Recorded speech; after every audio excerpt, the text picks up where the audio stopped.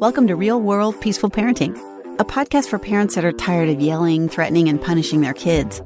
Join mom and master certified parent coach Lisa Smith as she gives you actionable, step-by-step strategies that'll help you transform your household from chaos to cooperation. Let's dive in. Welcome to today's episode.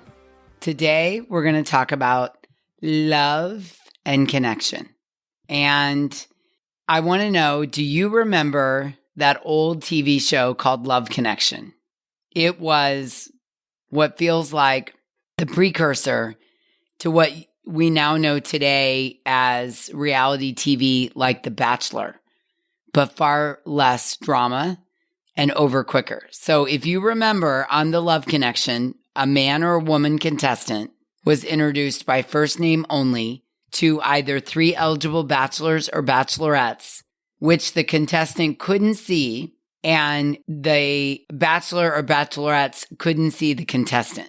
They were separated by a wall, and the contestant would ask a series of questions to each individual suitor, and based on their answers, the contestant would choose one of the three to go on a date with in the hopes of finding their one true love connection. Do you remember this? It was typically very funny and very cute, and it was very popular back in the day. Today, I am here to tell you that the words love and connection do not always go hand in hand to making such a hit show. The contestant was looking for a connection. Connection is when we feel seen, heard, and valued by the other person. So they weren't really looking for love. They were looking for a connection. And what I've come to realize in my 15 years as a parent coach, particularly when it comes to our children, is that love and connection are not the same thing. I know that you love your children. That is not in question, and it is not up for debate in any way, shape, or form. I know that you love your children, or you would not be here listening to this podcast. You wouldn't even know that I exist. So the fact that you love your kids is never, ever, ever a doubt in my mind. And I would say I am not in the business of coaching you to love your kids. You don't need it. It's not required. It's a given. What I am here to do, however, is coach you in ways that will lead to a deeper connection with your kids. And there's a big difference. The definition of deep parental love is to be willing to lay down your life for someone. That can mean laying down your life literally, like taking a bullet for someone, or it can mean wanting the very best for someone. And I have no doubt that you want the very best for your kids. And many of us would take a bullet for our kid. That's deep parental love. Connection, though also a form of love, requires a different awareness and a different sacrifice.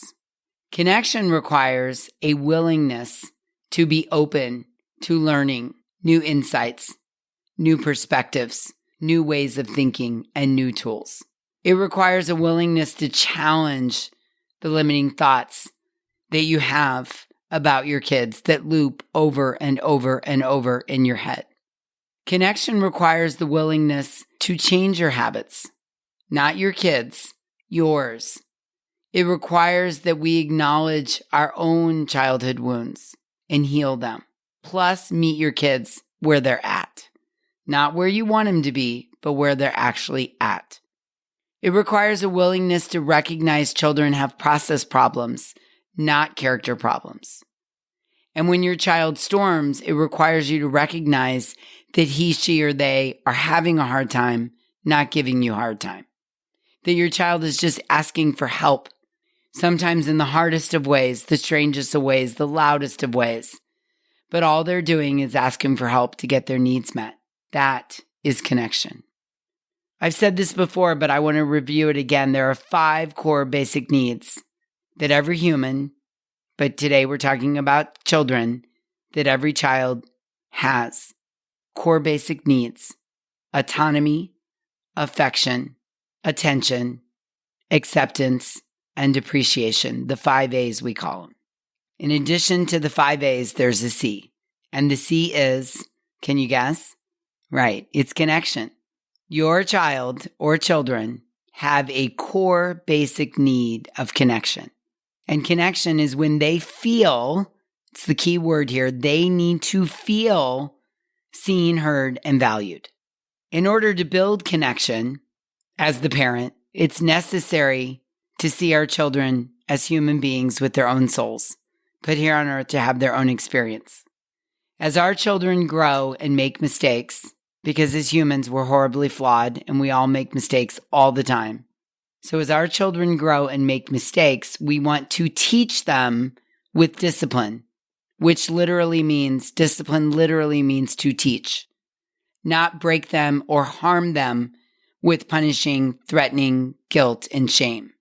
I believe that all kids deserve a basic level of human decency in the way they're treated, which is not to punish and harm our children.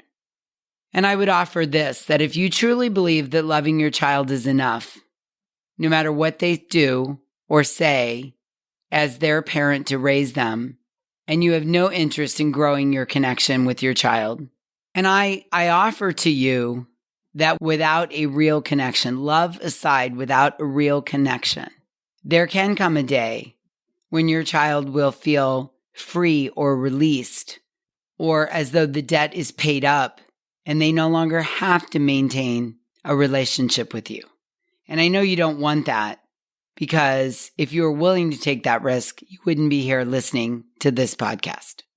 Now, sometimes parents come to me, and when I'm talking to them about connection, they tell me they don't need to worry about connection because they themselves don't feel an emotional connection to their parents.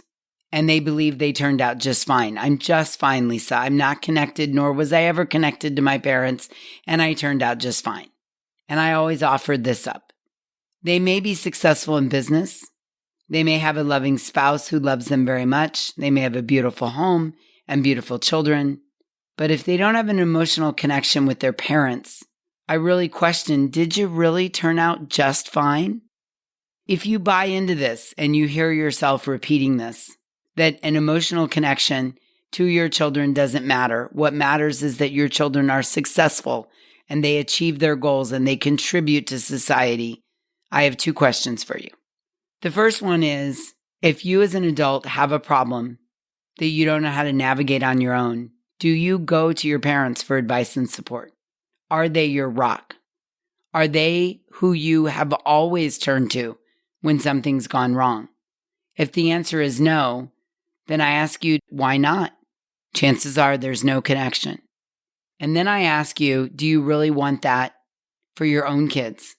Or do you want your kids to feel comfortable coming to you when they've made a mistake, when they're in trouble?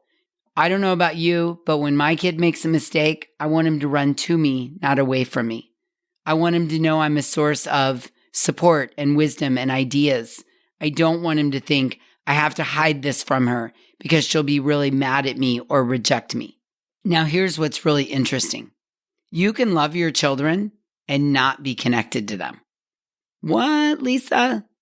They are not the same thing. And sometimes love isn't enough.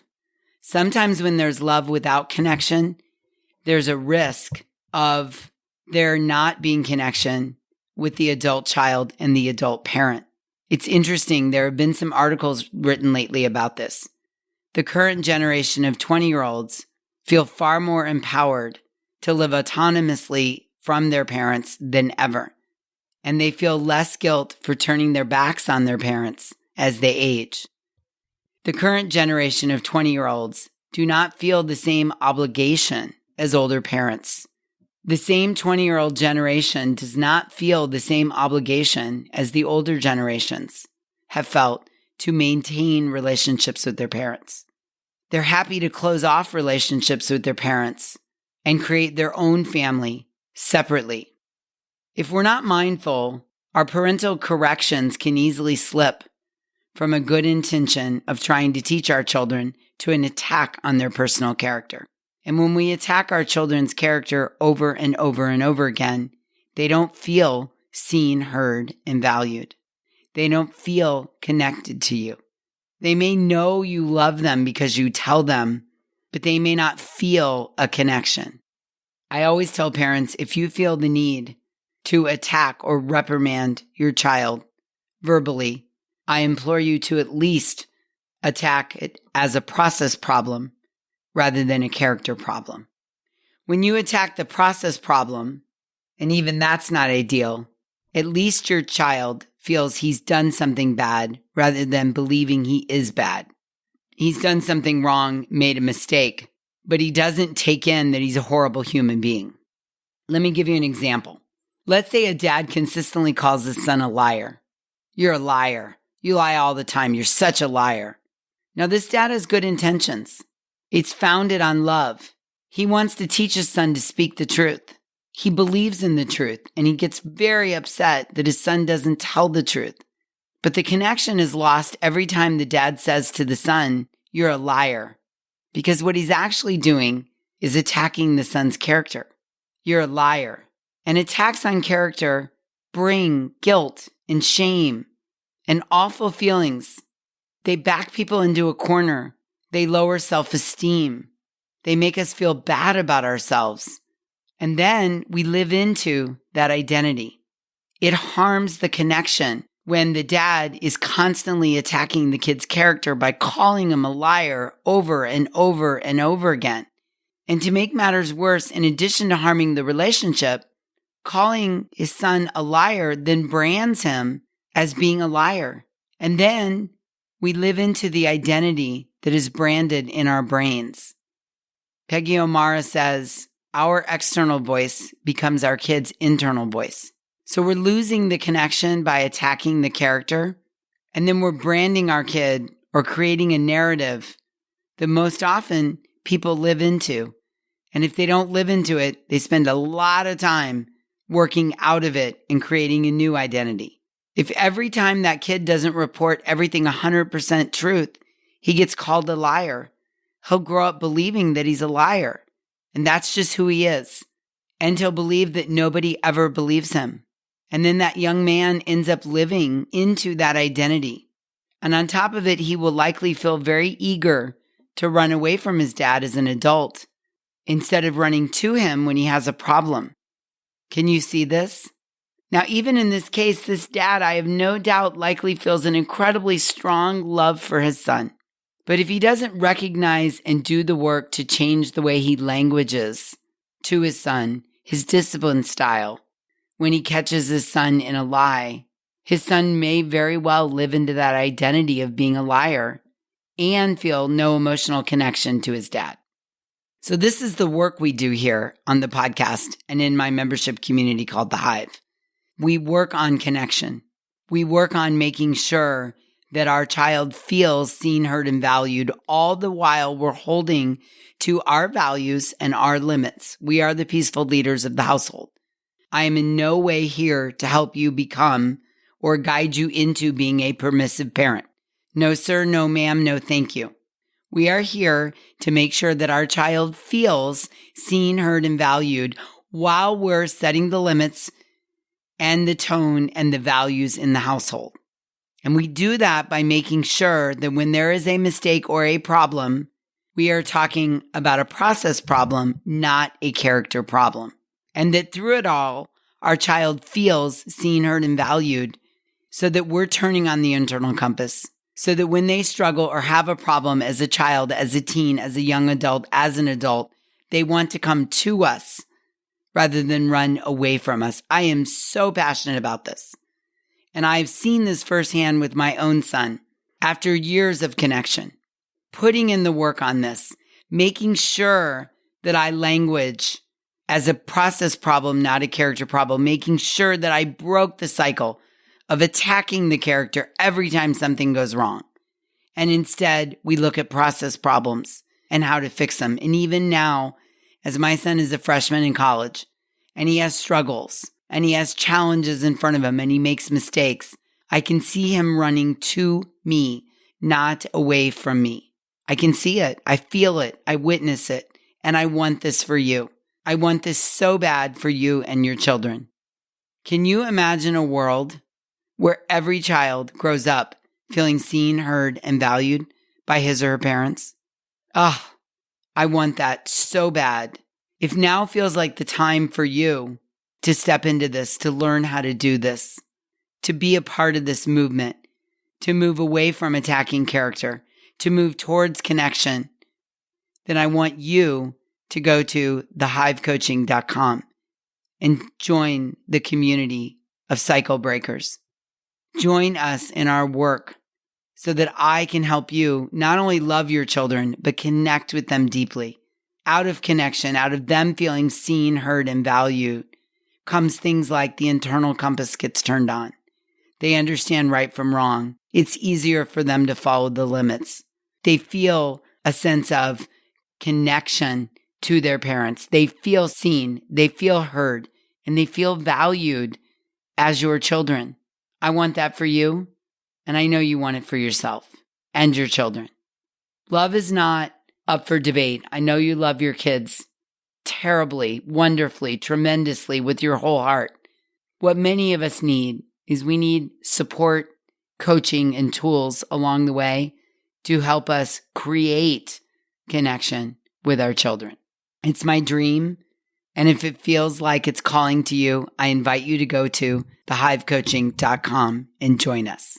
That's my love connection that I dream of. And it's what drives me every day to reach as many families as I can, to change lives, to heal wounds, and to help you, yes, you, connect deeply with your children. So come join us. And until we meet again, I'm wishing you peaceful parenting. Thanks for listening to Real World Peaceful Parenting. If you want more info on how you can transform your parenting, visit thepeacefulparent.com. See you soon.